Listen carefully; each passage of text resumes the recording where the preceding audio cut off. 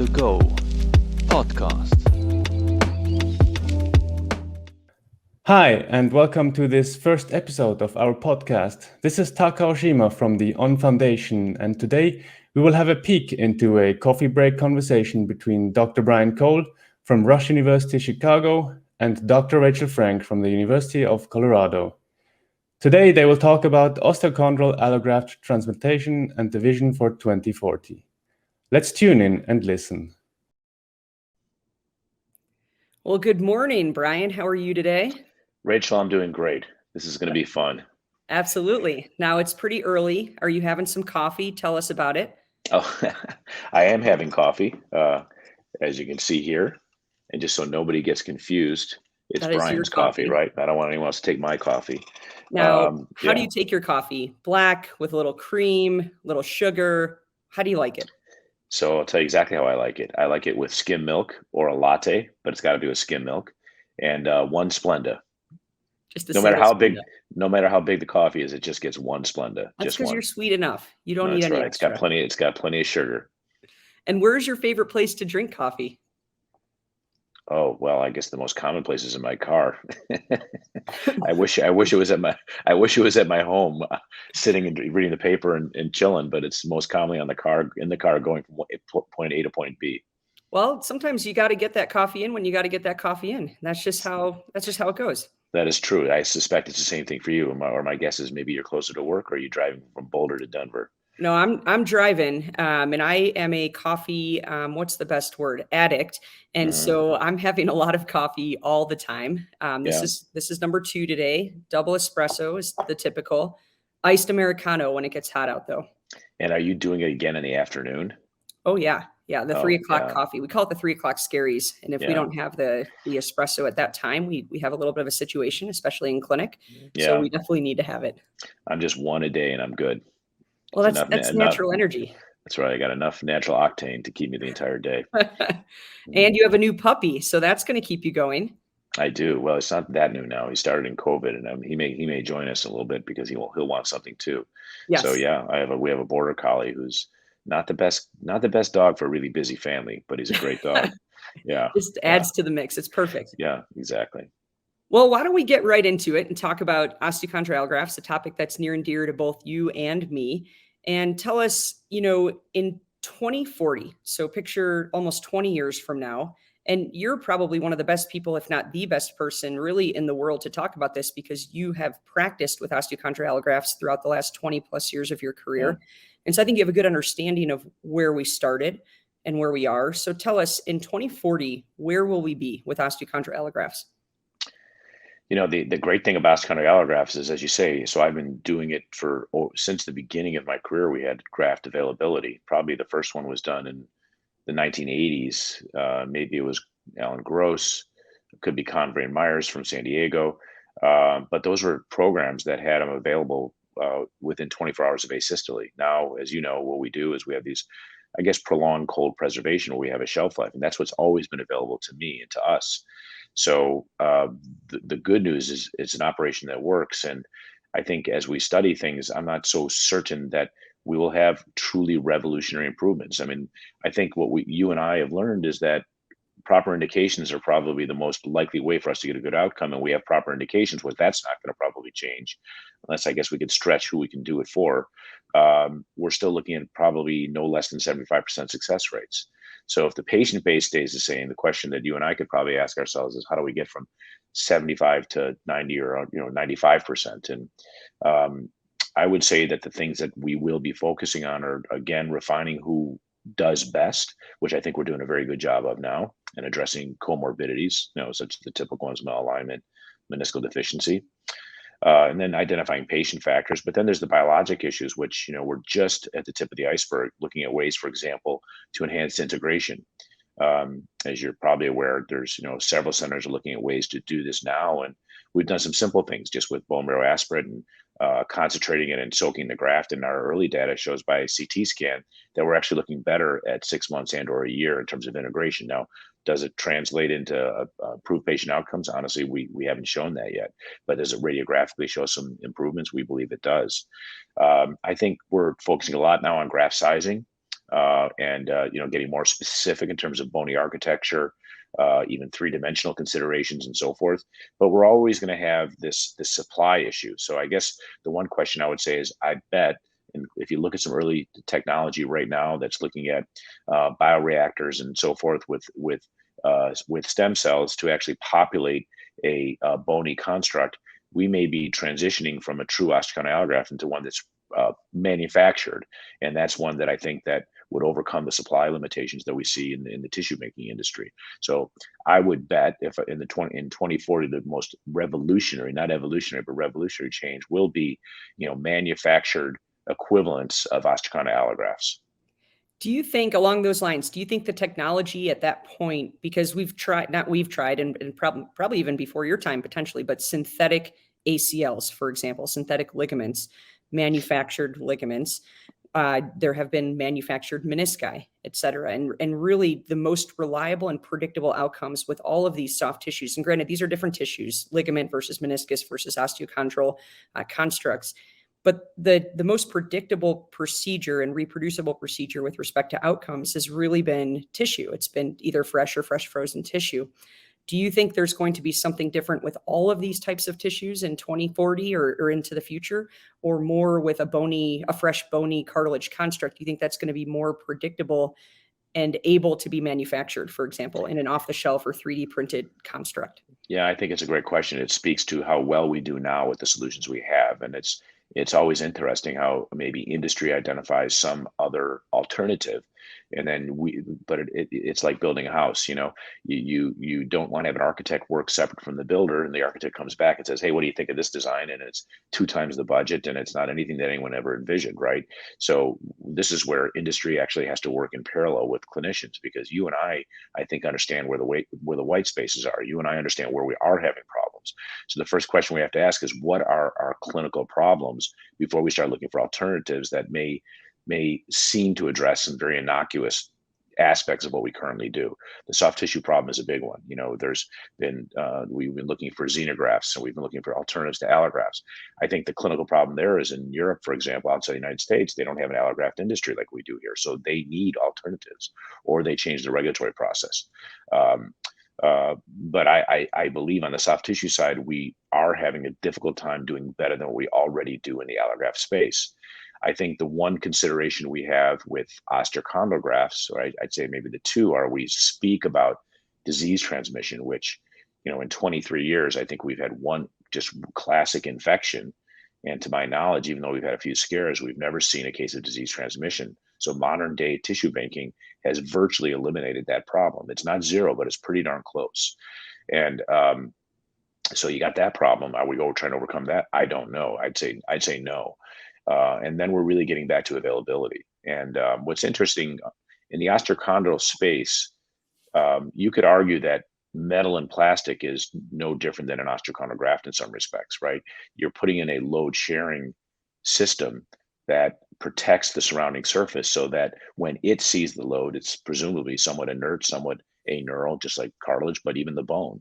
And that's why we've seen success with synthetic osteochondral procedures, I think, is because it's putting something else in the place of what our normal biology is, and the patient feels better when they load it. That's probably, quite in a simplistic way, why metal and plastic work. So I was initially shocked early on how synthetic osteochondral replacement was effective clinically.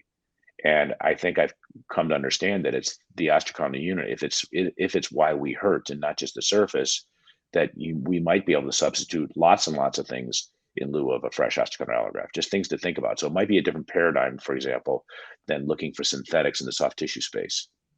So that makes me think of another question. Do you think, and I think we see this a lot in the patellofemoral joint, where people are pushing the limits with regard to indications for osteochondral allografts, resurfacing both the patella and the trochlea, and potentially even doing a so-called bio-unicompartmental arthroplasty, where you replace the entire patella or near entire patella and essentially the entire trochlea down to, but not including the condyles. And you have basically a biologic joint replacement of the patellofemoral joint. And the outcomes are, I think, poorly understood, because most of the data is on earlier techniques, smaller grafts, and we're still learning about these bigger grafts. But I think they do give us some pause when we're asking the host to accept so much donor bone and donor cartilage. Do you think, And the biggest problem we have in the patella or in the tibial femoral joint is the tibia, even though we know, and based on work that you've done and others, that maybe tibial chondral wear is not that big of a deal. But when we get into bone marrow load, maybe it's a bigger deal.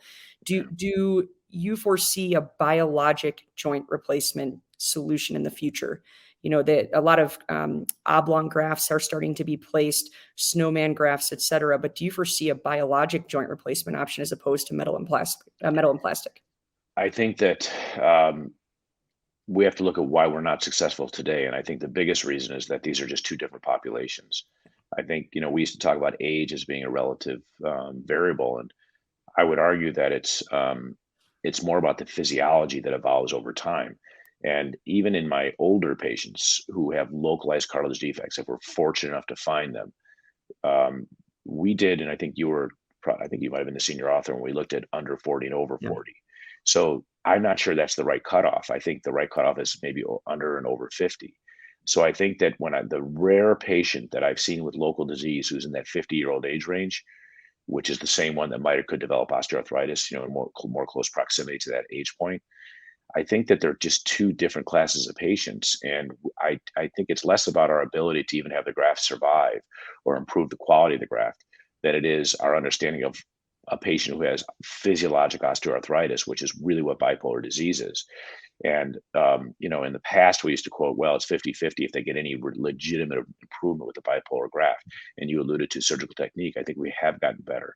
Also, concomitant procedures, unloading procedures, our threshold to do that, at least in the United States, is much lower now over the last 2 decades.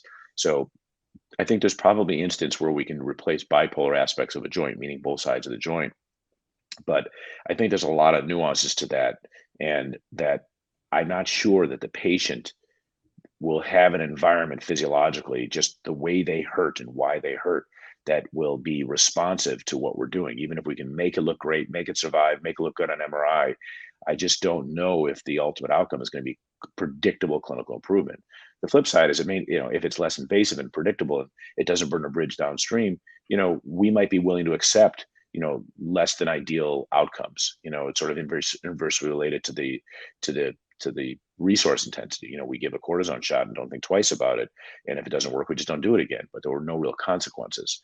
It's not expensive, it's not invasive, there's really little downside.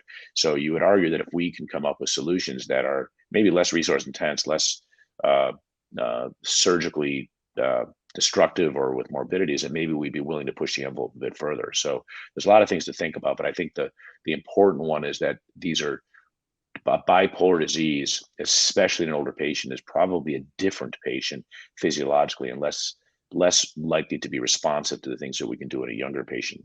That's just my gut, having done this for the last 20 years.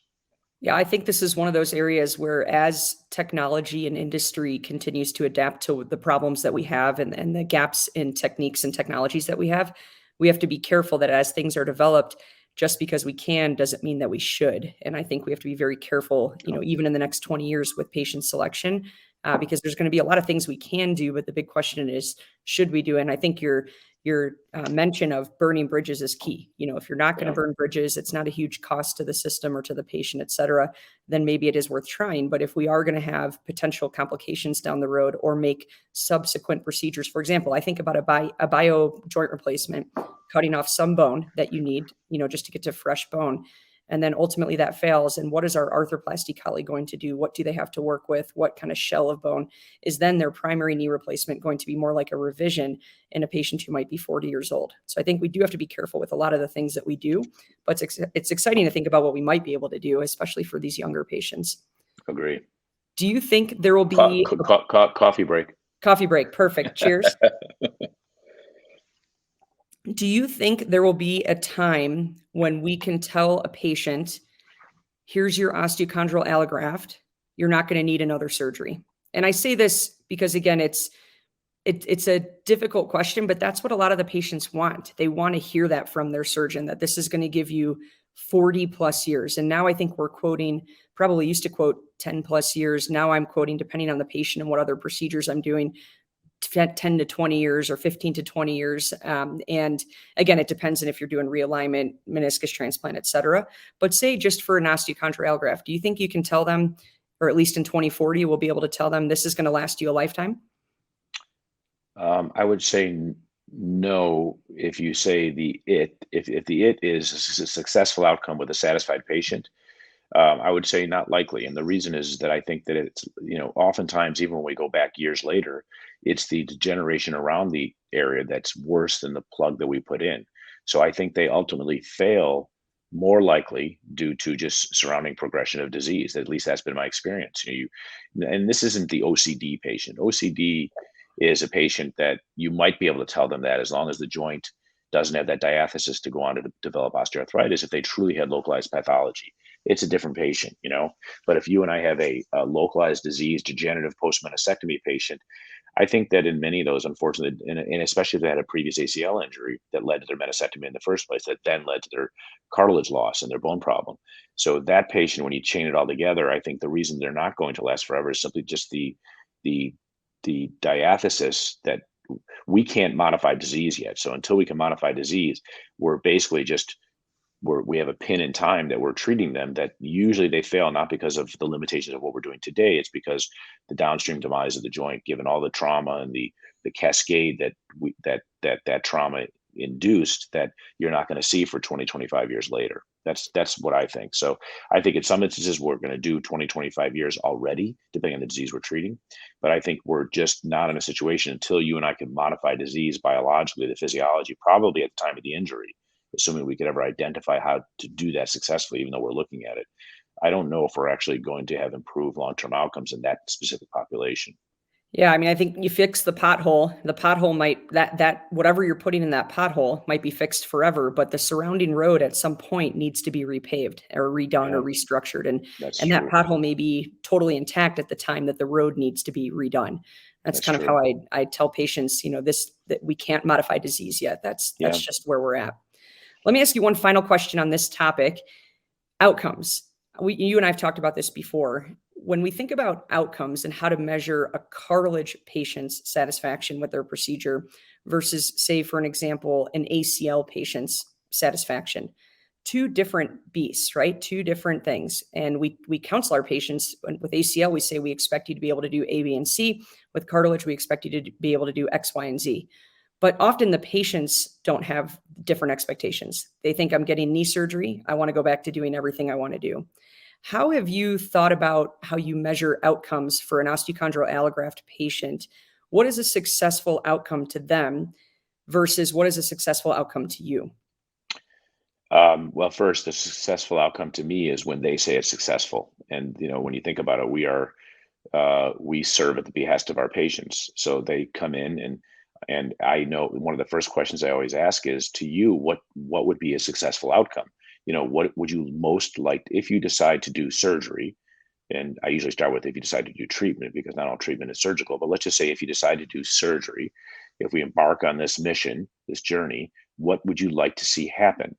And the typical answer is, well, if they say, well, I just don't want to have a knee replacement 20 years from now, then they're not often getting surgery.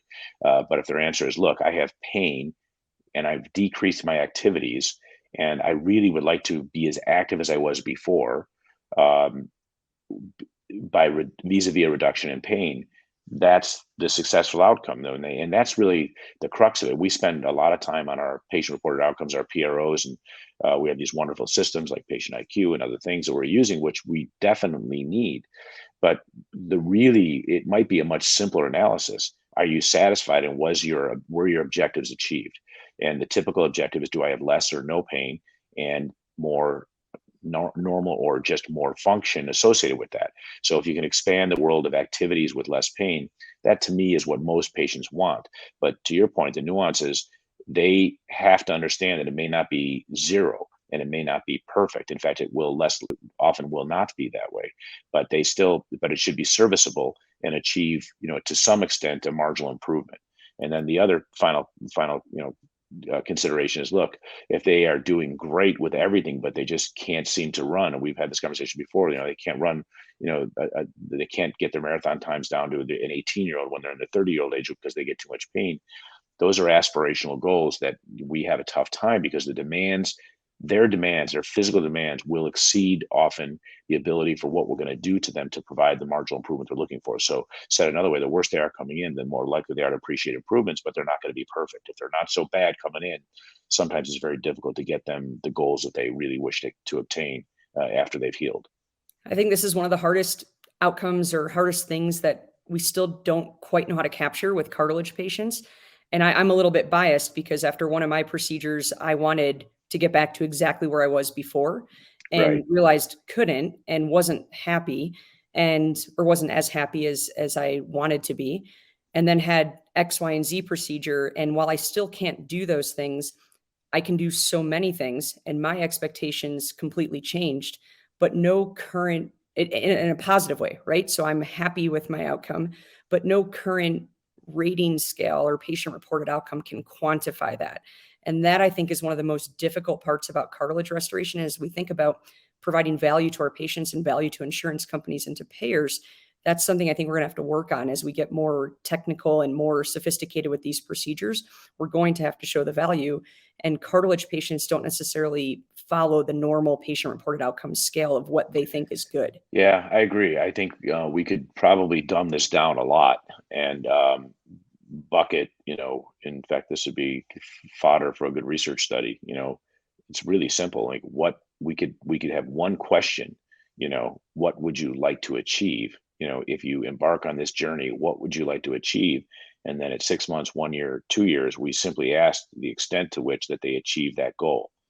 It could be that simple. It's really a patient satisfaction question. Yes. And all these other things that we try to fancy ourselves as being particularly academic and report on and show bar graphs and things of that nature.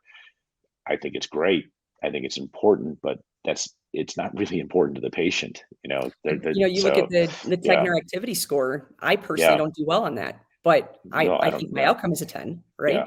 That's the biggest black and white difference for me. And I think that's where practices like your practice and ideally high volume cartilage restoration practices have an opportunity to, so to speak, dumb it down a little bit and make this more realistic for patients. And I think that would help a lot of surgeons and researchers around the country. What are we actually doing this for? And how are we getting the patients where they want to be? And I think our standard scales for this particular surgery just don't necessarily apply 100%. Yeah, agree. So let me spin this into a different direction as we kind of get toward the end of our podcast here. And I want to delve more into the Brian part of Dr. Cole. Tell us, what is your guilty pleasure? Does it have to be a bad thing that you really like? No. It could just be something you really like. It's something people might not know about you. That's your guilty pleasure. It can't be skiing. We all know you like skiing, and that's not a guilty pleasure. Yeah. It's like when you're in an interview and someone says, tell me your biggest weakness. I work too hard. Tell me this. I think I work too hard. I try too hard. What TV show do you watch that you might be embarrassed talking about? Well, I was until more recently a huge Curb Your Enthusiasm fan. Okay. So that's my sense of humor. So I like Curb. I always like Seinfeld. I like The Office. So that sort of sense of humor. I don't watch a lot of TV things, but I would tell you that I would prioritize a good, if we can get them good again, because I think they're not as good as they used to be, in my opinion, and probably because of our need to be politically correct if you watch them. But I would say, I take great pleasure in watching that shows with that type of sense of humor. So it was the entire Office series and Curb Your Enthusiasm. So that answering your question specifically, yeah. All right. I like humor, no brainer. Yeah. None of those are that guilty. Who that's in right. The Office, what character in The Office would you most relate yourself to? Oh, I would say Michael, probably. Perfect. Yeah, I'd say Michael. Yeah. All right. Then Kyle must be Dwight. I'm just kidding. Yeah. No, I don't know if he'd be Dwight. We'd have to think about that one. No, he's the guy. Kyle's the guy, the younger guy who was with Pam. Yeah. What's his name? I don't know. I'm also blanking on his name right now, which makes me feel very sad. Yeah. All right. Let me go a more serious question for you. Who was or is your mentor? Yeah, no, we could do a whole podcast on mentorship. Let's not give Taka any good ideas here. So I, the people who have had tremendous influences during my training, just specific to training, not excluding family and things of that nature. I would say that uh, Russ Warren always sticks out. In the day, he wasn't always the warmest figure. He was very serious and profoundly thoughtful. He's transitioned now. He's one of the warmest people I know, and just things change as we move through our lives and our career. But uh, uh, then I remember the Socratic method playing out, literally doing rounds. It was, all that died when you and I were in training. We didn't have that. But as a resident, we actually had walk the hallways, go see patients, do post-op checks. And then he would ask questions while we'd be walking, be walking through the halls in our white coats doing post-op checks. And I never forget that, because he would always introduce something that was relevant that you never would think about. It wasn't just always about orthopedics. So Russ is the quintessential student. He's always a student. And even now today, you see him in a lecture hall. He's got his pad of paper and writes things down. And who knows if he ever looks at that again. But he's always very thoughtful, and he'll pull you aside after a lecture and ask you what you think about something. And so his intellectual curiosity and how he just remains completely plugged in is still continues to be very, very influential to the way I think about things. But I've had many others. I was fortunate to train with Freddie Fu, and Freddie was just extremely high energy and could multitask and understood how to sort of get the most out of people around him and create a really positive environment. Like that transcends to in many ways how I even manage today in my own practice. So those are two people that I've been very fortunate to. And there's so many others. I could give you a huge page of people, as could you, I'm sure. But and look, you've been a mentor to me. When you think about it, as we go through our career, I've told you this before. As you have become an independent thinker, I listen to your talks and I learn a lot. So that's one of the greatest things about our profession is we're never done being a student, and no matter where you are in tenure and age, we can still learn from each other. So we were very blessed to have the careers that we do have for that reason. So it's not a job. It's more like a hobby and a passion, as we all feel. Totally. And those are, between Doctors Warren and Fu, I don't think you could get any better from people who have influenced not just sports medicine surgeons, but I think physicians and medicine as a whole, and researchers. And they have inspired. It's funny, you think about them, they've inspired so many people to go on and be great at what they do, but also those people then inspire others. And that's true mentorship. You feed for generations to come, as opposed to just the next generation. It's generations to come, and patients to come, and students to come, and that'll live on forever, which is no better mentors than that.